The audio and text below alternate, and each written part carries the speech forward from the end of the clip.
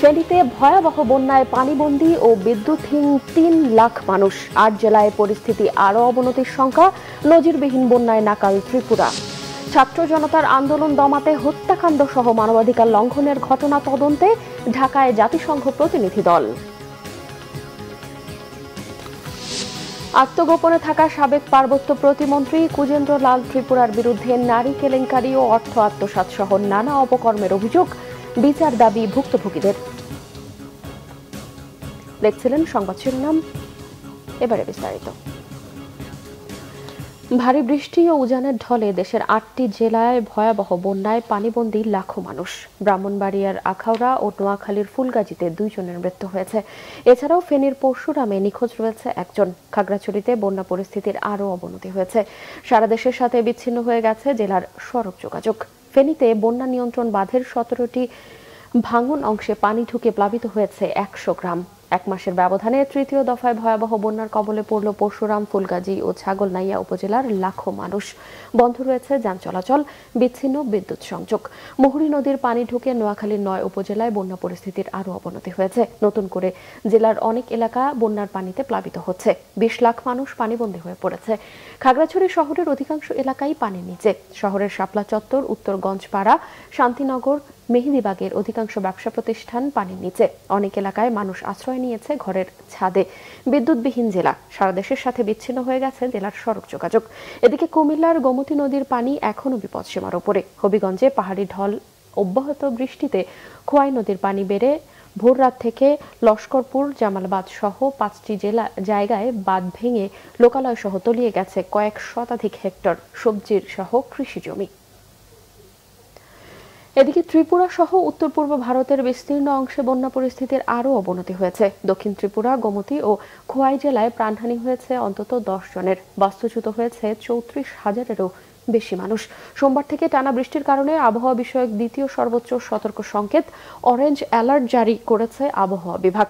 সবচেয়ে নাজুক বাংলাদেশ সীমান্ত ঘেঁষা খোয়াই জেলার জারি হয়েছে রেড অ্যালার্ট। আরও কয়েকদিন বৃষ্টি অব্যাহত থাকার পূর্বাভাস রয়েছে। হাওড়া, ধলাই, মুহুরী ও খোয়াই নদীর পানি প্রবাহিত হচ্ছে বিপদসীমার উপরে। গোমতী জেলায় রেললাইন ক্ষতিগ্রস্ত হওয়ায় স্থবির হয়ে পড়েছে ওই অঞ্চলের সাথে রেল যোগাযোগ ব্যবস্থাও। আগরতলায় দুর্গত এলাকা পরিদর্শন করে সার্বিক সহায়তার আশ্বাস দিয়েছেন ত্রিপুরার মুখ্যমন্ত্রী মানিক সাহা। বুধবার সকালে ত্রিপুরায় অবস্থিত ডুমুর জলবিদ্যুৎ প্রকল্পের বাঁধ ফেটে যাওয়ায় হুমকি তৈরি হওয়া 3টি স্ল্যাব গেটের একটি খুলে দেওয়া হয়। পানির ঢলে তলিয়ে যায় উত্তর ত্রিপুরা সহ অন্তত 8টি জেলা। ভূমিধসের আশঙ্কা থাকায় ধসপ্রবণ এলাকাগুলো থেকে সরে থাকতে সতর্ক করেছে স্থানীয় প্রশাসন। 1993 সালের পর এই প্রথম ডুমুর জলবিদ্যুৎ প্রকল্পের বাঁধ খুলেছে ভারত। ছাত্র জনতার আন্দোলন দমাতে হত্যাকাণ্ড সহ নানা ধরনের মানবাধিকার লঙ্ঘনের ঘটনা তদন্ত করতে ঢাকায় এসেছে জাতিসংঘের 3 সদস্যের প্রতিনিধি দল। তথ্য অনুসন্ধান মিশনের অংশ হিসেবে প্রাথমিক কারিগরি দলটি বৃহস্পতিবার সকালে 7 দিনের জন্য ঢাকায় এসেছে। পররাষ্ট্র মন্ত্রণালয় জানিয়েছে, জাতিসংঘের কারিগরি দলটি প্রাথমিকভাবে 28 আগস্ট পর্যন্ত বাংলাদেশে থাকবে। তবে তারা চাইলে এই সফর আরও দীর্ঘায়িত করতে পারবেন। জাতিসংঘের মানবাধিকার বিষয়ক হাই কমিশনারের দফতর গত সপ্তাহে বাংলাদেশের সাম্প্রতিক আন্দোলন বিষয়ে প্রতিবেদন প্রকাশ করে। বিক্ষোভ দমনে আইনশৃঙ্খলা বাহিনীর অপ্রয়োজনীয় ও মাত্রাতিরিক্ত বল প্রয়োগের অভিযোগ তোলা হয় প্রতিবেদনে। জাতিসংঘের হাই কমিশনার দফতরে এশিয়া প্রশান্ত মহাসাগর অঞ্চলের প্রধান রোরি মোঙ্গেভেনের নেতৃত্বে 3 সদস্যের একটি দল বাংলাদেশে এসেছে। জাতিসংঘের দলটি উপদেষ্টাদের সঙ্গেও দেখা করবে। সেই সাথে বিভিন্ন সরকারি কর্তৃপক্ষ ও নাগরিক সমাজের প্রতিনিধিদের সঙ্গেও বৈঠক করবে প্রতিনিধি দলটি। দেশের অর্থনৈতিক অবস্থার চিত্র তুলে ধরতে শ্বেতপত্র প্রকাশের উদ্যোগ নিয়েছে অন্তর্বর্তী সরকার। বেসরকারি গবেষণা প্রতিষ্ঠান সেন্টার ফর পলিসি ডায়ালগ সিপিডির সম্মানীয় ফেলো দেবপ্রিয় ভট্টাচার্যকে প্রধান করে কমিটি গঠন করেছে প্রধান উপদেষ্টার কার্যালয়। শ্বেতপত্রে দেশের বিদ্যমান অর্থনীতির চিত্র ও সরকারের কৌশলগত পদক্ষেপ, জাতিসংঘের টেকসই এসডিজি বাস্তবায়ন এবং স্বল্পোন্নত দেশ থেকে উন্নয়নশীল দেশে উত্তরণের করণীয় বিষয়ে ব্যাখ্যা থাকবে। গঠন হওয়া কমিটি 90 দিনের মধ্যে অন্তর্বর্তী সরকারের প্রধান উপদেষ্টার কাছে সুপারিশ সহ প্রতিবেদন হস্তান্তর করবে। শ্বেতপত্রে সরকারি আর্থিক ব্যবস্থাপনা, মূল্যস্ফীতি ও খাদ্য ব্যবস্থাপনা, বাহ্যিক ভারসাম্য, জ্বালানি ও বিদ্যুৎ, বেসরকারি বিনিয়োগ এবং কর্মসংস্থান এই 6টি বিষয় গুরুত্ব পাবে।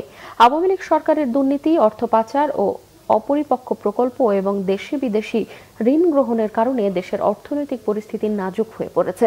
অর্থ বিভাগের প্রতিবেদন অনুযায়ী পতনের আগে শেখ হাসিনা সরকার 18,36,000 কোটি টাকার ঋণ রেখে গেছে, যা বাংলাদেশের 3টি বাজেটের মোট বরাদ্দের সমান। শেখ হাসিনা সরকারের পতনের পর আত্মগোপনে চলে গেছেন সাবেক পার্বত্য প্রতিমন্ত্রী কুজেন্দ্রলাল ত্রিপুরা। অর্থ আত্মসাৎ, নারী কেলেঙ্কারি, মাদক সহ নানা অপকর্মের অভিযোগ রয়েছে তার বিরুদ্ধে। কুজেন্দ্রলালের শাসন অবসানের পর মুখ খুলতে শুরু করেছে ক্ষতিগ্রস্তরা। আইনের আওতায় এনে বিচারের দাবি জানিয়েছেন ভুক্তভোগীরা। খাগড়াছড়ি প্রতিনিধি এইচ.এম. প্রফুল্লর তথ্য ও ছবিতে ডেস্ক রিপোর্ট।